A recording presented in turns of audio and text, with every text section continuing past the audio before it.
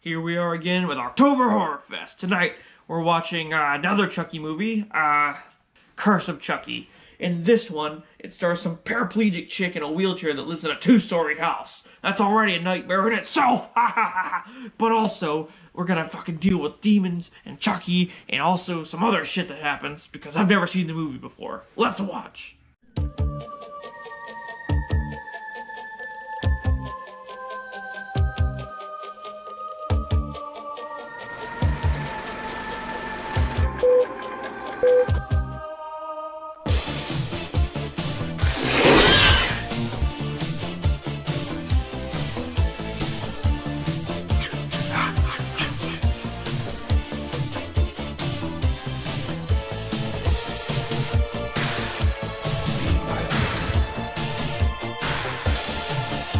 They were making love while that young boy drunk.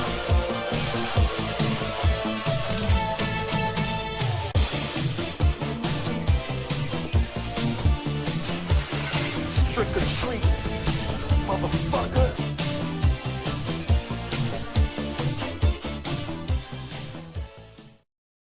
With your host, Freddy. Happy Halloween, bitch.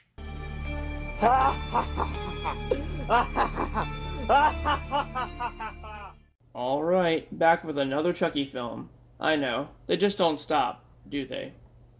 So this one starts off with a good guy doll mysteriously getting delivered to Nica Pierce, a woman in a wheelchair who lives with her mother. That night, Nica's mother is found dead from a stabbing and the police rule it a suicide. Or was it? I guess they don't see the good guy doll sitting right there. Aren't these movies like breaking the fourth wall constantly? These cops should know better. Anyway, afterward, Nica has her sister and her family over for dinner, along with some random priest. Alice, Nica's niece, finds Chucky and wants to keep him. Yeah, go right ahead. A little bit later, Nica and Alice are making chili for dinner, and Chucky puts rat poison into one of the bowls. Oh, what's this? A little dinner Russian roulette? Alright. As they all eat around the table, and are obligated to comment on how good dinner is, the priest Frank ends up with the tainted bowl. As the group leaves for the night, Frank gets into a car accident, decapitating him. It's only then that Nica decides to research the good guy doll that showed up to her house.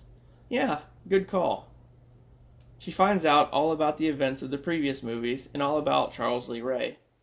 Barb, Nica's sister, heads up to the attic looking for Alice, who's gone missing. But all she finds is Chucky, who stabs her in the eye. Ow. But in the midst of that, Barb tears fake skin off his face, revealing his classic stitches.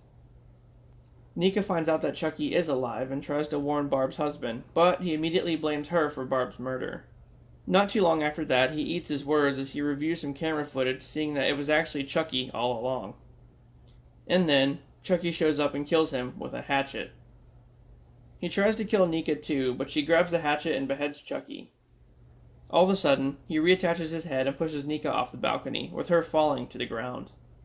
While she's laying there injured, Nica asks Chucky what his motives are, and he reveals that when he was human, he was obsessed with her mother, Sarah. He killed Nica's father and kidnapped Sarah, who also had a thing for him. But when Sarah betrayed him, Ray stabbed her in the stomach, resulting in Nica being born paralyzed. What a son of a bitch. And then, the police went after him and he escaped, hiding out in a toy store, and yeah, you know the rest. Nica manages to stab Chucky, immobilizing him temporarily. Then, a police officer shows up to find Barb's body, with Nica holding a bloody knife, and Chucky looking like a regular-ass doll. So, as you can tell, that doesn't look very good for Nica. Sometime later, Nica is sent to an insane asylum, and Tiffany shows up to kill the officer that put her there. And yes, Tiffany's still in Jennifer Tilly's body, for some reason. Then we see Chucky show up at Alice's grandmother's house, where she now lives. And he does the whole voodoo soul transfer thing to her. Great. We get a post-credit scene of Chucky arriving to Andy's house, who shoots him with a shotgun. The end. Alright, well, it wasn't horrible, despite the entire film taking place in one house. It must have been really cheap to make. But I do like Nica's character, though.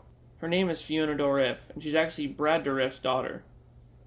And the way they tied her into the first movie was pretty cool. Aside from that, I still don't know why they keep making these damn movies. Just why. Join me tomorrow as Nica goes to the asylum. I'll see you then.